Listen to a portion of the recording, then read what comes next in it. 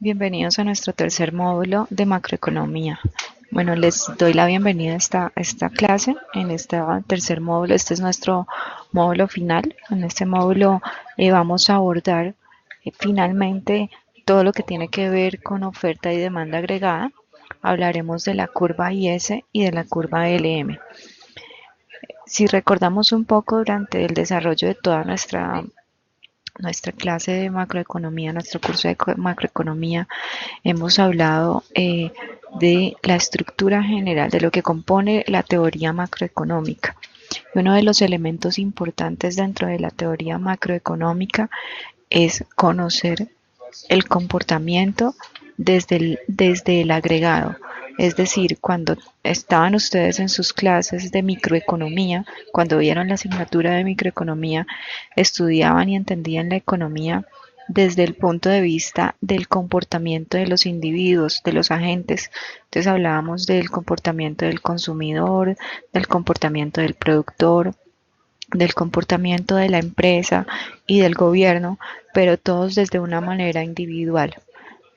En macroeconomía hablamos de agregados. Cuando hablamos de agregados estamos hablando de la evaluación en conjunto, ¿sí? Entonces ya en macro ya no evaluamos solamente el comportamiento de un individuo, el comportamiento individual de un agente, sino que se hace la evaluación desde el punto de vista agregado, o sea, desde todos en conjunto, desde todas las empresas en conjunto, de todos los consumidores dentro de un mercado, y por eso lo denominamos desde la visión agregada. Entonces es una visión ya conjunta de los agentes de mercado, cómo convergen dentro de ese mercado y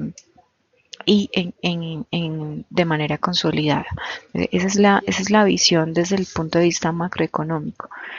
Cuando hablamos de agregados entonces y cuando hablamos de macroeconomía, el estudio macroeconómico comprende entonces el comportamiento de esos agregados dentro de un mercado, y por eso es importante hablar de la oferta y de la demanda agregada, que básicamente lo que busca es explicar el comportamiento de manera agregada de consumidores, empresas, gobierno, en una economía en general, ¿sí? En una nación, en una economía de manera conjunta, ¿sí? Esos agentes entonces ya no se van a estudiar de manera, por decir algo, la empresa ya no se va a estudiar solamente como la teoría del productor y hablando de un solo productor, sino de todas las empresas en conjunto. De igual manera con los consumidores ya no será solamente evaluando el comportamiento de un individuo, sino el comportamiento general de todos los individuos. Bajo ese contexto entonces hablamos de oferta y demanda agregada, así como en micro hablábamos de la oferta y hablábamos de la teoría del consumidor, de la teoría del productor y cómo convergían y generaban una oferta y una demanda. Pues aquí también hablamos de oferta y demanda, pero ya desde el punto de vista agregado, es decir, de todos en conjunto dentro de una economía. Para entender entonces el concepto de la oferta y demanda agregada, hablaremos que desde la teoría macroeconómica, la oferta agregada eh, contiene una relación inversa entre los niveles de precio y los niveles de producción, ¿sí? Es decir, la oferta está dada por los productores, por las empresas dentro de una economía, ¿sí? Es hasta lo que ellos ofrecen dentro de la economía, cuánto van a producir dentro de esa economía, todas las empresas en conjunto, ¿sí? Dada entonces este conocimiento, entonces hablamos de oferta y demanda agregada, donde la oferta es la que dan las empresas, los que producen dentro de una economía, y la demanda agregada está en función del consumo de los diferentes agentes dentro de una economía. Entonces hablamos del consumo de las familias, hablamos del consumo del gobierno, hablamos de la inversión, hablamos de las exportaciones netas, y básicamente con eso lo que estamos hablando es de la composición de los elementos de composición de consumo, que es lo que constituyen el PIB, ¿no? Entonces la demanda agregada está en función de la cantidad de consumo dentro de la economía que está dada por los diferentes agentes y que finalmente se ve reflejada en el PIB, mientras que la oferta agregada está en función de los productores dentro de las empresas que producen a unos niveles de precio. Entonces, entendiendo este concepto, la oferta dada por las empresas, la demanda dada por los diferentes agentes que demandan consumos de diferentes tipos. Entonces, hay una oferta, los productores por su lado están produciendo unos bienes y unos servicios en la oferta agregada, y en la demanda agregada los diferentes agentes están demandando esos bienes y esos servicios, esa producción que está generando la oferta. Entonces, entendiendo esta relación entre oferta y demanda, hablamos de unas relaciones entre los niveles de precio y los niveles de producción en una economía, que es lo que nos permite entender la curva de oferta y demanda agregada que observamos acá. La oferta, desde el punto de vista de la oferta agregada, la oferta tiene una pendiente positiva. ¿Qué significa que tenga una pendiente positiva? Y como lo vemos acá en la gráfica, es la línea que está representada en color azul. Entonces, es la oferta agregada, nos está representando, dados una pendiente positiva, dada una relación directa entre niveles de producción y niveles de precio. Por eso es una pendiente positiva, porque hay una relación directa entre dos variables. En este caso, el nivel de precios y el nivel de producción. ¿Qué quiere decir esto? Cuando hablamos de las empresas producen una cantidad de bienes y servicios. En la medida en que los precios sean más altos, pues el productor va a sentirse más, o sea, va a incentivar a que las empresas produzcan más, ¿no? Porque venden a un mayor precio. Entonces, en la medida en que los precios suben, la deseabilidad por producir por parte de las empresas también sube, y hay una relación directa entre producción y nivel de precios. Ese desde el punto de vista de la oferta, por lo tanto, como vemos aquí, vemos que hay una pendiente positiva. Desde el punto de vista de la demanda agregada, entonces hablamos de que hay una relación inversa entre los niveles de precio y los niveles de producción. Por eso existe una pendiente negativa, porque los niveles de precio y los niveles de consumo son la relación precio-consumo es inversa. ¿Qué quiere decir esto? Que en la medida en que los precios son más altos, la gente, las personas, las empresas, todos los agentes dentro de la economía, pues van a consumir menos, ¿sí? O van a desear consumir menos de los productos, de los bienes dentro de esa economía. Entonces hay una relación inversa entre el nivel de precio y el consumo como tal general de los agentes económicos, ¿sí? En la medida en que los precios bajan, pues eso incentiva más a que la gente quiera consumir más, y esa relación se ve directamente en la curva de demanda agregada. ¿Sí? La relación inversa entre los niveles de producción, de niveles de precios y de producción en el mercado de bienes y dinero está en equilibrio en una economía, dada unas condiciones de oferta y de demanda. La teoría macroeconómica permite conocer el comportamiento de oferta y demanda, pero esto tiene una connotación más allá de entender cuál es el comportamiento de los agentes de mercado. Este comportamiento, este estudio de estos comportamientos, tanto de oferta como de demanda, son las que permiten definir estrategias desde el punto de vista del diseño de la política de gasto público, de la política monetaria, de la política fiscal, ¿sí? Entonces, Estos comportamientos que explica la teoría macroeconómica son los que permiten trabajar sobre el diseño de políticas económicas con base en los comportamientos que se vayan dando en el mercado. ¿Por qué? Porque dadas las condiciones tanto de oferta como de demanda agregada, pues esto va a tener unos efectos sobre las variables macroeconómicas, ¿sí? En la medida en que la demanda agregada se desplaza, en la medida en que la oferta se desplaza, se generan unos efectos dentro de variables económicas como lo son la inflación o el desempleo. Entonces, un ejemplo de ello, cuando los precios suben, cuando los niveles de precios suben, esto impacta directamente la inflación dentro de una economía, ¿sí? Y recordemos cuáles son los efectos de una inflación, porque el Banco de la República se preocupa tanto porque los niveles de inflación estén regulados.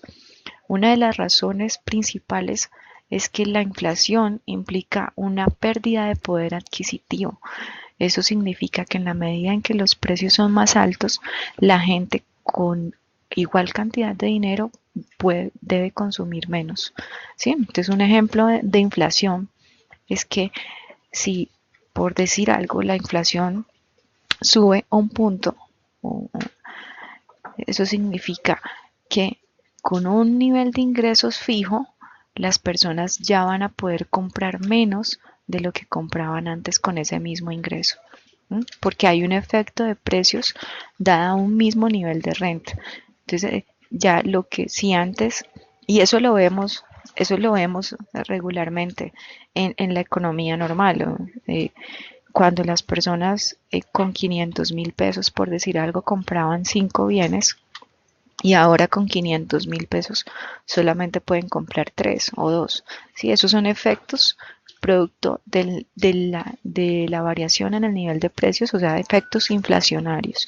Por eso es importante para el Banco de la República mantener este tipo de variables controladas, porque implican una pérdida de poder adquisitivo para los agentes económicos.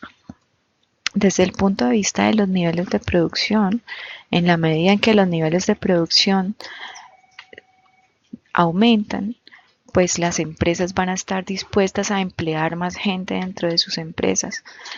Pero si los niveles de producción bajan, si el consumo baja y por ende eso implica que haya una disminución en los niveles de producción, pues esto se ve reflejado directamente en el desempleo, porque ya las empresas, si están desincentivadas a seguir produciendo, por ende no van a contratar más personal. Entonces, esto tiene unos impactos, este comportamiento de oferta y demanda agregada tiene unos impactos directos sobre las variables macroeconómicas y sobre el crecimiento general de la economía y la estabilidad de la economía. Entonces, aquí aparece en la convergencia de oferta, cuando converge oferta agregada y demanda agregada, aparecen elementos importantes de evaluación, como son las variables macroeconómicas, la inflación, el desempleo, la recesión económica, que es un aspecto que digamos, se trata de minimizar eh, dentro de el estudio de la oferta y la demanda agregada. ¿Sí? O sea, la idea es que la oferta y la demanda agregada mantengan en equilibrio, y esto se va a ver reflejado en el crecimiento económico y en la estabilidad económica de un país. Por eso esto tiene una relación directa con el PIB, ¿no? Porque si recordamos, el PIB es la composición del consumo o de los ingresos de los diferentes agentes. Hablamos de consumo de las familias, del gobierno, de las exportaciones netas, que es la importaciones menos las exportaciones menos las importaciones. Entonces, esta convergencia, oferta agregada, demanda agregada, básicamente apuntan hacia el crecimiento, y el crecimiento de los países se ve reflejado en el PIB. Dado entonces estas consideraciones, vamos a hablar desde el punto de vista de la demanda agregada, cómo se comporta la demanda y cómo se desplaza la demanda. ¿Sí? Entonces, Desde la definición general de la demanda agregada, hablamos que la demanda agregada es la demanda total de bienes y servicios en una economía, ¿sí? Todos los agentes económicos demandan dadas unas necesidades, demandan unos bienes y unos servicios. La demanda agregada analiza toda la demanda de la economía en general, desde los diferentes sectores, el sector agrícola, eh, el sector industrial, o sea, todas las diferentes consumos dentro de una economía se analizan desde la demanda agregada, desde los diferentes agentes, tanto de las empresas como del gobierno, porque el gobierno también genera consumos, que lo vimos en nuestra clase anterior, que es el gasto fiscal, el gasto de funcionamiento, de infraestructura, ¿sí? Todo ese gasto que vimos hace parte de la demanda agregada. Y por supuesto el gasto de las familias, que están reflejadas en la canasta familiar. Entonces, con base en todos esos consumos sumados generan lo que se llama la demanda agregada.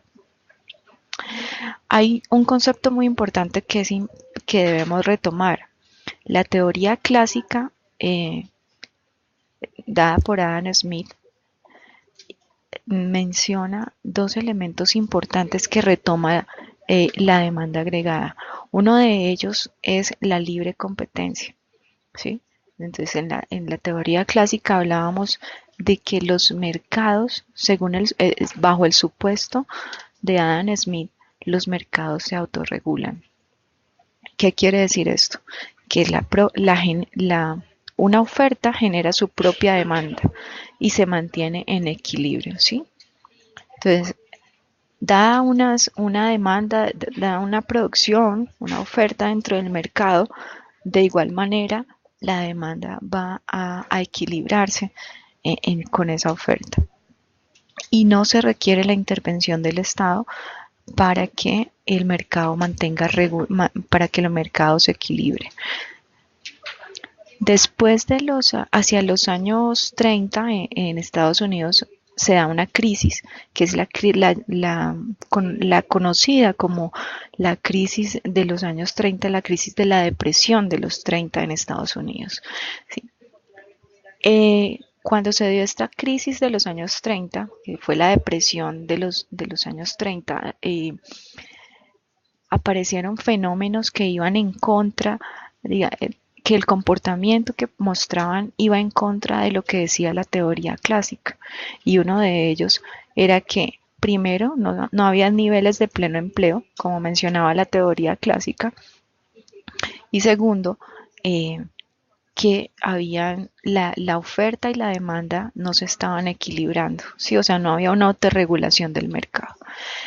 Entonces, con base en estos comportamientos que se fueron viendo dentro de la economía, aparece Keynes, el padre de la teoría macroeconómica, el cual habla en su teoría, y hace unos postulados que van, digamos, a rebatir la teoría clásica. Básicamente, el primero de estos postulados es que efectivamente no hay una autorregulación de los mercados y sí es importante que el Estado intervenga dentro de la economía. Y asimismo, también Keynes menciona que no siempre hay niveles de pleno empleo. La teoría clásica hablaba de que sí puede existir desempleo, pero el desempleo voluntario y el desempleo temporal mientras se equilibraban los mercados. Keynes viene a rebatir esto, y es que durante la crisis de los 30 lo que se encontró era que las empresas habían tenido unos niveles de producción, pero dada la posguerra, pues las personas no estaban consumiendo todo lo que se estaba produciendo dentro de la economía. Por lo tanto, esto generó una sobreoferta y no había suficiente demanda para que cubriera esa oferta. Eso implicó unos niveles de desempleo porque las empresas no estaban incentivadas en seguir contratando mano de obra. Entonces aquí aparece un concepto nuevo de desempleo y es que hay un desempleo forzoso. ¿Sí? El desempleo dado porque las personas sí están interesadas en trabajar, pero no hay suficientes empresas demandando mano de obra. Entonces, se rebaten aquí dos grandes aspectos. Uno, el tema de regulación del Estado. El otro, el nivel de pleno empleo no siempre se da, ¿sí? Sino que en ocasiones sí existe el desempleo forzoso, el desempleo eh, involuntario. Entonces, dadas estas consideraciones, Keynes hace unos planteamientos sobre el comportamiento de la demanda agregada. Uno de ellos, obviamente, es que cuando se presentan desequilibrios dentro de la oferta y de la demanda, se requiere el apoyo y la regulación o la intervención del gobierno dentro del mercado. ¿Cómo interviene el gobierno dentro del mercado? Como lo vimos en nuestra clase anterior, hablamos de políticas fiscales y políticas monetarias. Entonces, una manera de intervención del Estado dentro de los mercados es a través de inyección de capital o a través del gasto fiscal. ¿Sí? O sea, en la medida en que el gobierno tiene nuevos proyectos, invierte en infraestructura, invierte en funcionamiento, crea nuevas instituciones, eso está impulsando el consumo de los diferentes sectores, por lo tanto está apalancando el desarrollo de la demanda dentro de un mercado. ¿Sí? Entonces, vía política fiscal puede intervenir el Estado dentro de una economía. También vía políticas monetarias. Entonces, cuando hablamos de políticas monetarias, estamos hablando de puede, todo lo que tiene que ver con la liquidez, el dinero líquido dentro de un mercado. Entonces, ¿cómo puede el mercado, en la medida en que el gobierno hace más gasto o genera inversiones, pues eso va a hacer que haya dinero dentro de la economía y haya dinamismo dentro del mercado? Entonces, dados estos supuestos, se considera importante que bajo modelos de ineficiencia o de desequilibrio de un mercado, los estados o el gobierno intervenga según la política correspondiente, si es contractiva o si es, por el contrario, expansiva, dependiendo de lo que requiera el mercado. Y asimismo, entonces será el comportamiento de la demanda agregada. Cuando hablamos, por ejemplo, de políticas fiscales, cuando el gobierno interviene realizando políticas de gasto restrictivas, ¿sí? Es decir, cuando el gobierno dice no vamos a hacer muchos proyectos estos durante este periodo, sino que más bien hay una política restrictiva del gasto fiscal. Esto impacta la demanda agregada, entonces puede generar contracciones en la demanda. ¿Sí? Entonces, dada una política restrictiva, se genera el desplazamiento hacia la izquierda de la demanda agregada. Si hablamos de políticas expansivas, es decir, de políticas que estimulan el consumo, entonces vamos a hablar de políticas expansivas que generan un desplazamiento de la demanda hacia la derecha, ¿sí? Como lo vemos en la gráfica que tenemos acá. Entonces, dado un nivel de precios, se va dando un nivel de renta, ¿sí? Cuando hay, si por ejemplo estamos de A1, ¿sí? La demanda inicial, bajo condiciones en las cuales se generen políticas o estrategias de política expansiva, entonces hay un desplazamiento hacia la derecha de cada una de las gráficas. Keynes menciona entonces dentro del desplazamiento de la demanda agregada dos efectos. Uno, que con un nivel de precios constante, el ingreso nacional fluctúa debido a los desplazamientos de la curva de la demanda agregada. ¿Sí? Y otra, que cuando el nivel de precios se mantiene fijo, los desplazamientos de la curva de la demanda alteran el nivel de ingreso nacional de equilibrio. ¿Sí? Básicamente estamos diciendo el nivel de precios. Cuando el nivel de precios se mantiene fijo, los desplazamientos de la curva de la demanda agregada alteran el nivel de ingreso nacional de equilibrio. Este es de manera general el contexto de la demanda agregada. Ahora vamos a entenderlo desde el punto de vista de las empresas. Ya lo vimos desde el punto de vista de los agentes como consumidores. Ahora desde el punto de vista de la oferta, o sea, de las empresas como productores.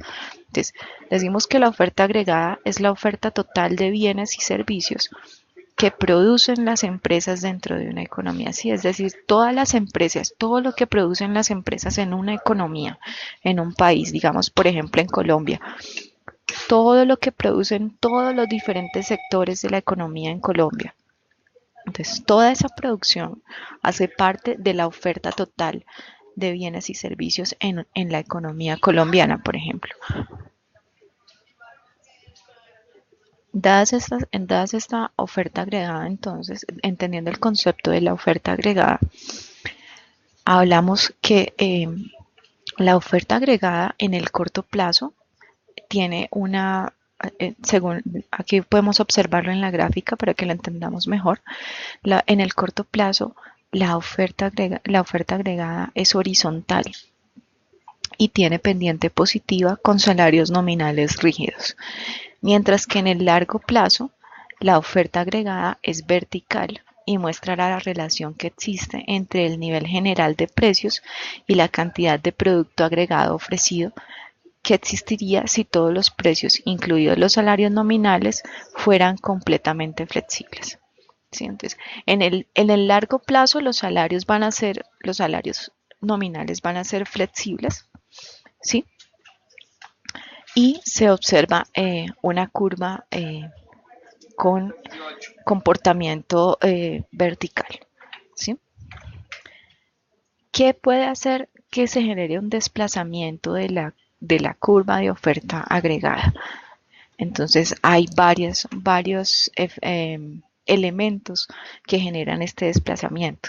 Uno de ellos es el precio de las materias primas, ¿sí? Recordemos que los insumos afectan la producción desde el punto de vista de las empresas, ¿no? En la medida en que los insumos para producir son más costosos, pues esto afecta, esto va a generar, a desincentivar a la empresa, a la industria a producir más, ¿sí?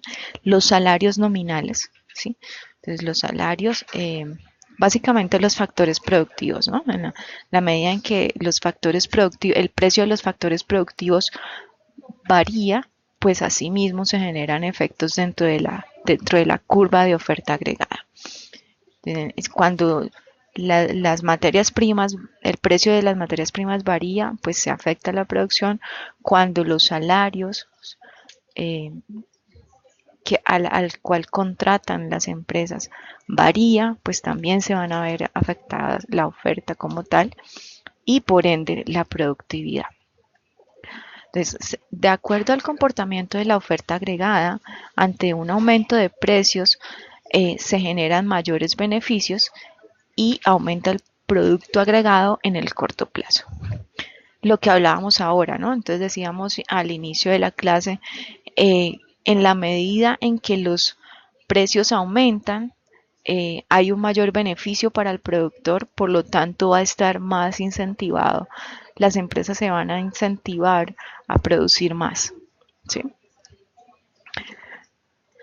Esto desde la oferta agregada y entendiendo este contexto de oferta y demanda agregada, entonces pasamos a entender dos conceptos adicionales. Uno, en la curva IS y posteriormente finalmente hablaremos de la curva LM. La curva IS hace parte de la teoría macroeconómica y básicamente estudia la relación que existe entre el nivel de ingreso que proviene del mercado de bienes y servicios y los tipos de interés.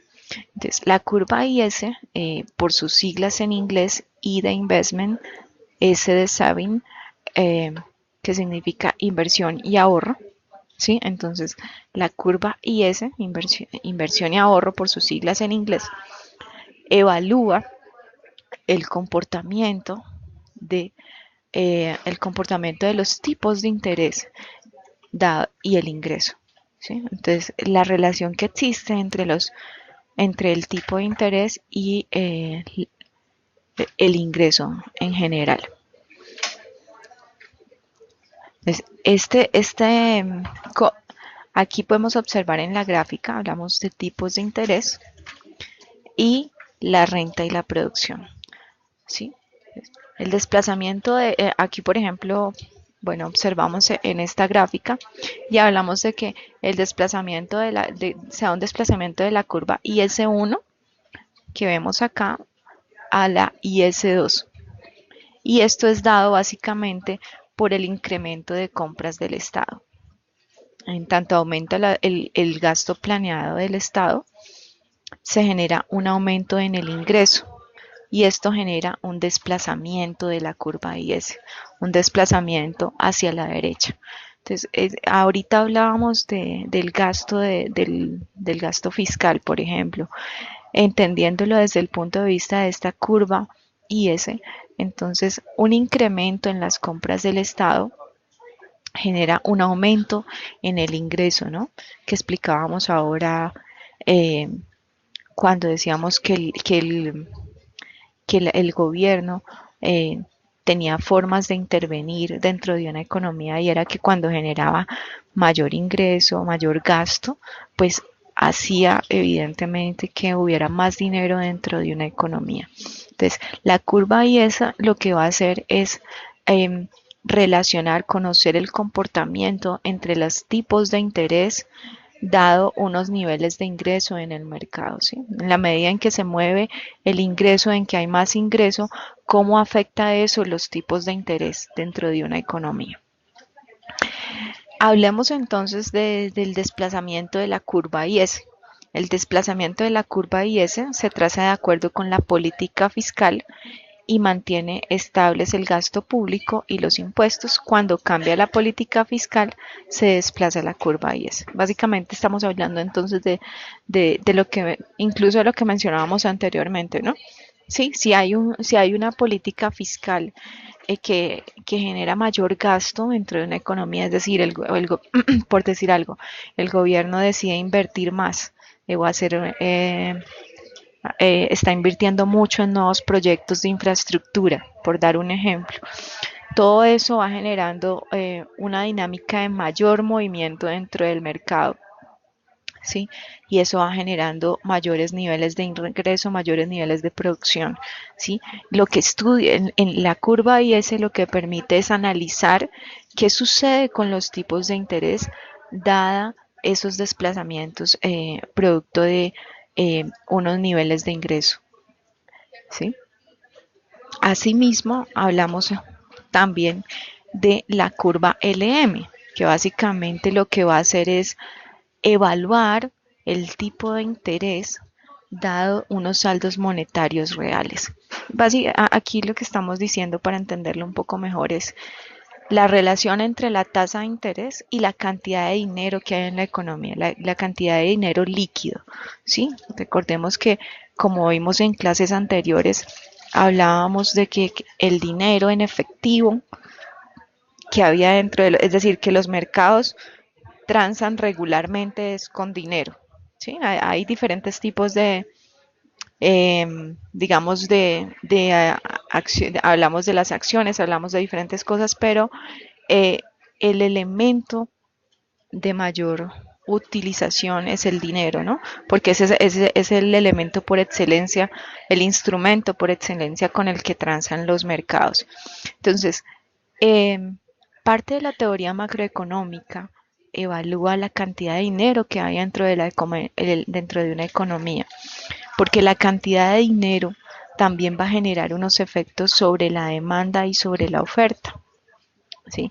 Porque en la medida en que hay más dinero líquido, o sea, hay más dinero, más monedas, más billetes dentro de una economía, dentro del mercado, pues esto va a incentivar más el consumo y si se hace de una manera acelerada, puede generar un incremento en los precios que generan una inflación. Entonces, la curva LM lo que intenta es explicar las preferencias de liquidez de los agentes dentro de una economía, así es explicar la relación que existe entre las tasas de interés y la cantidad de dinero líquido dentro de una economía. Esto entendido en otras palabras o en un contexto mucho más aterrizado. Entonces, esta relación es la relación que hacemos intuitivamente los consumidores cuando tenemos dinero en el bolsillo y hay unas tasas de interés en el mercado. Entonces, ¿qué pasa con ese dinero? O la gente se incentiva a no utilizar el dinero, sino a meterlo en los bancos porque hay unas tasas de interés deseables para mantener el dinero en stock y no estarlo utilizando dentro del mercado, o por el contrario, las personas deciden que dadas unos tipos de interés, pues es preferible tener el dinero líquido. Entonces, esta curva LM lo que hace es eh, evaluar, estudiar precisamente ese comportamiento entre los tipos de interés y los saldos monetarios reales que son con el cual evaluamos la cantidad de dinero que hay dentro de la economía.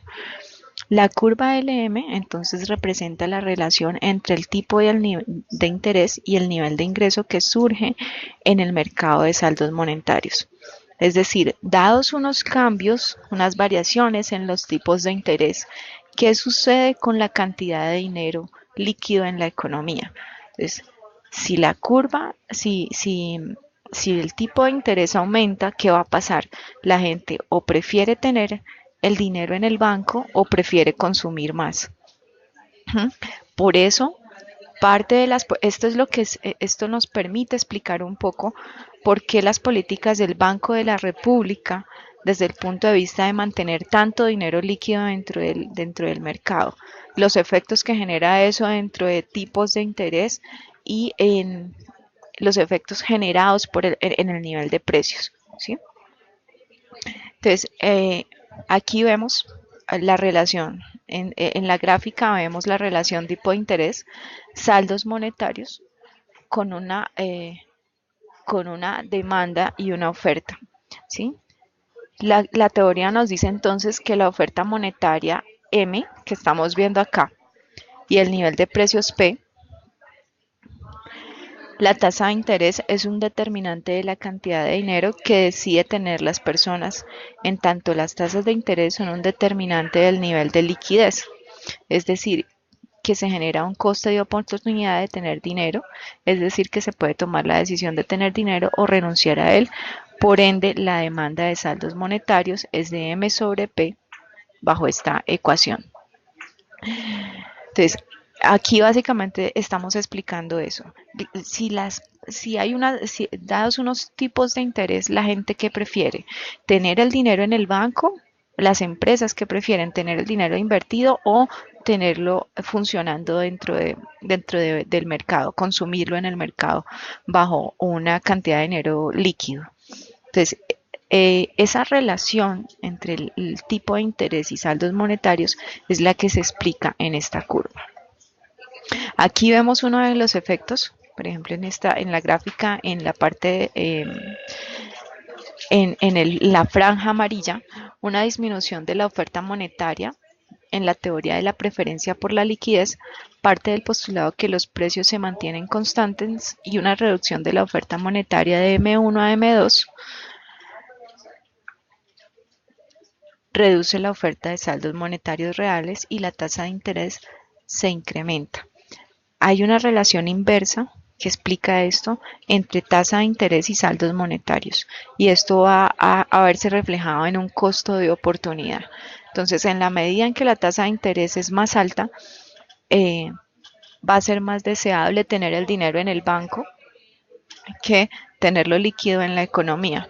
Esto significa una relación inversa dentro de tipos de interés y saldos monetarios, ¿sí? Y dados unos postulados generales. Esta curva LM eh, que permite explicar todo lo que tiene que ver con la liquidez, también es denominada la teoría de la preferencia por la liquidez, ¿no? ¿Sí? Entonces, esto es de manera general. Si recordamos, hablamos de oferta agregada, de demanda agregada, de lo que producen todas las empresas y del otro lado todo lo que consumen las diferentes agentes, que es la demanda agregada. Y posterior a eso, la teoría macroeconómica entonces explica también qué pasa con la liquidez dentro de los mercados. Con esto finalizamos nuestra clase y queda el ejercicio en plataforma. Gracias.